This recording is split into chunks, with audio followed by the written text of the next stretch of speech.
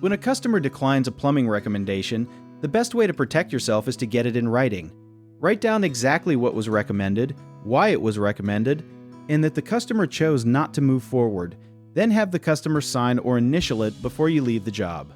Think of it like a doctor telling a patient they need surgery, and the patient says no. The doctor doesn't just shrug and walk away, they write it down so there's proof the warning was given. Plumbing works the same way. If you tell a homeowner their water heater is about to fail or their pipes are corroded and they decide to skip the fix, you need a paper trail showing you gave them that information.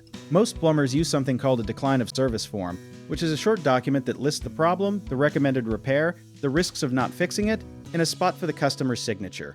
A trick that not many people talk about is taking a dated photo or short video of the issue while you're standing right there, since photos with timestamps hold up much better than a written note alone if something goes wrong later and the customer claims they were never told.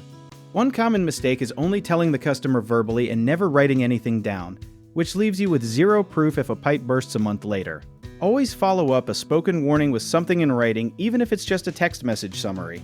Another mistake is being vague, like writing "customer declined repair" without saying what the repair was or why it mattered, so always be specific about the part, the risk, and the date.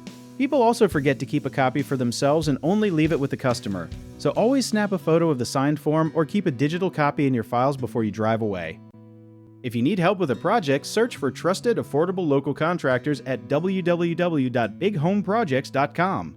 You can also download our app called Jobby Tier, where homeowners and property owners can list jobs and have home service experts and contractors reach out, message you back, and offer their estimates.